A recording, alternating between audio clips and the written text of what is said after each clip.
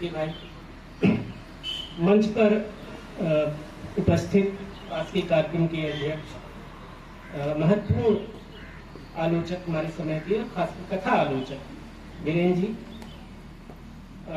जिनका सम्मान किया जा रहा है 80 के बाद के सर्वाधिक महत्वपूर्ण कहानीकार में से एक अखिलेश जी, मंच पर उपस्थित हमारे वरिष्ठ कथाकार श्री मूर्ति जी, और मंच पर ही उपस्थित है एक ऐसा नाम जो न केवल भारत के जो तमाम सारे एकेडमिशियन हैं उनको पता है, वो जानते हैं, दुनिया भर में भी वो नाम काफी चर्चित है, फ्रांचेस्का ओर्सिनी जी।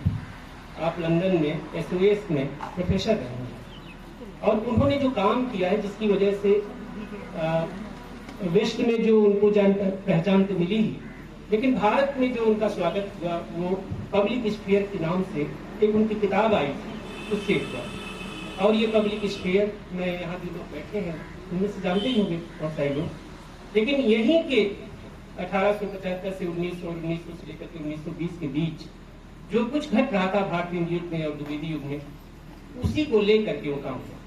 तो बहुत महत्वपूर्ण काम है। एक प्रकार से आपने हैबरमास के काम का विस्तार दिया है। Jurgen Habermas, structural transformation of public sphere, उन्होंने एक बहुत बड़ा काम किया था और उसकी अगली कड़ी में ही फ्रांचेस्का ओर्सिनी का नाम आता है। तो ओर्सिनी जी, मेरे मित्र नंदन जी, बहुत अच्छा वक्तव्य भी उन्होंने, एक प्रस्तावना वक्तव्य उन्होंने दिया और एक प्रकार से गोष्ठी की जो पृष्ठभूमि है वो उन्होंने तैयार किया। लेकिन मैं अपनी बात शुरू करने के पहले सबसे पहली बात जो मुझे लगती है, जब मैं इस गांव में आया तो मुझे ये लगा कि के जी ने, के भाई ने, के श्रीवास्तव जी ने कितना श्रम किया है इस पूरी पब्लिक स्फीयर को बनाने में, एक साहित्य का लोककृत रचने में। एक स्थानीय, रहते वो कलकत्ता में है लेकिन मधुकरपुर के इस गांव में उन्होंने एक ऐसा आयोजन किया है, और ये केवल एक दिन का आयोजन नहीं है, इसके लिए वो सतत प्रयासरत रहे। जैसा उन्होंने भी 2010 से बताया, सृजन संवाद की श्रृंखलाएं शुरू की, और यहाँ जितने भद्र सम्मान के मैं देख रहा हूँ बैनर्स, ये सब आसान नहीं है काम करना। बड़े शहरों में भी ये काम आसान नहीं है, तो यहाँ तो और भी कठिन है, लेकिन उन्होंने ये कर दिखाया, तो मुझे बहुत अच्छा लग रहा है। कभी त्रिलोचन जी की लाइन लिखी थी उन्होंने, मुझे वो याद आ रही है कि तुमने जो अमोला लगाया था घर के द्वार पर, अगर सुकाल अच्छा रहा तो फल भी अच्छे आएंगे। मुझे लगता है कि वो जो 10 साल पहले आपने सोचा था, आज वो सुकाल आया है, और निश्चित तौर पर ये जो फल है, साहित्यिक फल, ये साहित्यिक जो लोकनृत्य है, उसका आपने निर्माण किया। तो बहुत बहुत आभार और बहुत बहुत बधाई आपको। मुझे जब आपने संपर्क किया तो ये कहा कि आपको बोलना है, और तो विषय जो उन्होंने सुझाया वो, जिसकी चर्चा बार बार हो रही है, एक किताब है अखिलेश जी की, वह जो यथार्थ था।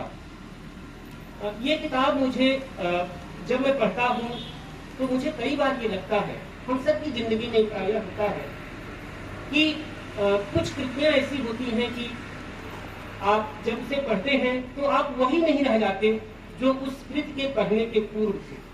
आपने बहुत कुछ बदल जाता है, आपकी चेतना में या आपकी अंतर्वृत्ति जो है बहुत हद तक जगर मगर करने लगती है, एक उजाला, एक रोशनी आपको मिलने लगती है, और ये ऐसी किताबें बहुत कम होती हैं। और मुझे ये किताब, वो जो यथार्थ था, इसी प्रकार की किताब लगती है जो चेतना के विभिन्न स्तरों को एक साथ झंकृत कर दे और आपके भीतर एक ऐसी अवस्था में, आपको ज्ञान की एक ऐसी अवस्था में, एक उन्मुख अवस्था में आपको छोड़ दे जहां से आप बहुत कुछ हासिल कर सकते हैं। तो ये किताब एक ऐसी किताब है, बहुत ही नायाब पुस्तक है।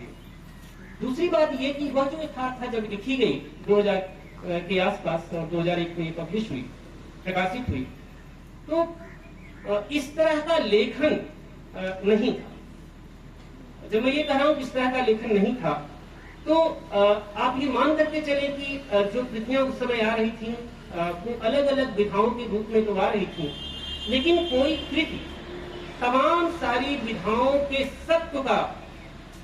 सत्य को सोखते हुए बनी है। तमाम सारी विधाओं के रसायन के मेल से बनी हो, ऐसी कृति नहीं थी। वह जो यथार्थ था ऐसी ही कृति है जिसमें बहुत सारी विधाएं हैं। किताब जब निकली थी तो उसके ब्लर में तो उपन्यास शब्द इस्तेमाल हुआ था, लेकिन आप इसको न तो रेखा चित्र कह सकते हैं, न संस्मरण कह सकते हैं, न क्रिएटिव प्रोसेस पर लिखी गई खूबसूरत टिप्पणी आप कह सकते हैं, और उपन्यास तो हरगिज ही नहीं।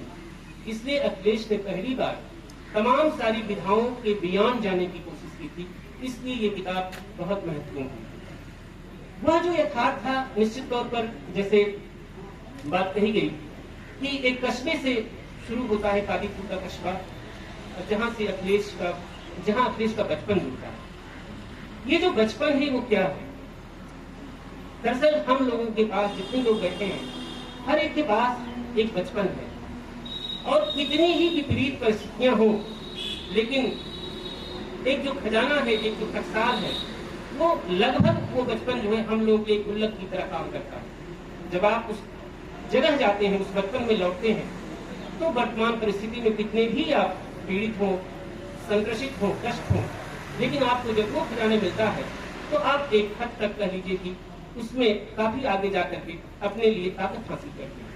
ये किताब लगभग स्मृति से बुनी हुई किताब है। मुझे ये बात इसलिए भी बहुत महत्वपूर्ण लगती है क्योंकि देखिए दो चीजें हैं। आप में से निश्चित है कुछ लोग बैठे हैं और साहित्य से बहुत गहरे रूप से जुड़े हैं। रचना प्रक्रिया पर जो बहुत महत्वपूर्ण किताब लिखी गई, उसमें से गजानन माधव मुक्तिबोध हमारे यहाँ जी, उन्होंने एक साहित्य की डायरी लिखी है, और वो क्रिएटिव प्रोसेस पर बहुत शानदार किताब है। रचना प्रक्रिया कैसे बनती है, इसमें ज्ञानात्मक संवेदन, संवेदनात्मक ज्ञान, बाह्य का आभ्यंतरीकरण, आध्यात्मिकरण का बाह्य, आज तमाम सारे विषयों पर बातचीत की गई। लेकिन ये किताब पहली बार स्मृति पर बल देती है। स्मृति, आकांक्षा और कल्पना, ये तीन बहुत महत्वपूर्ण तत्व के रूप में सामने आते हैं। मुक्तिबोध 50-60 के आसपास के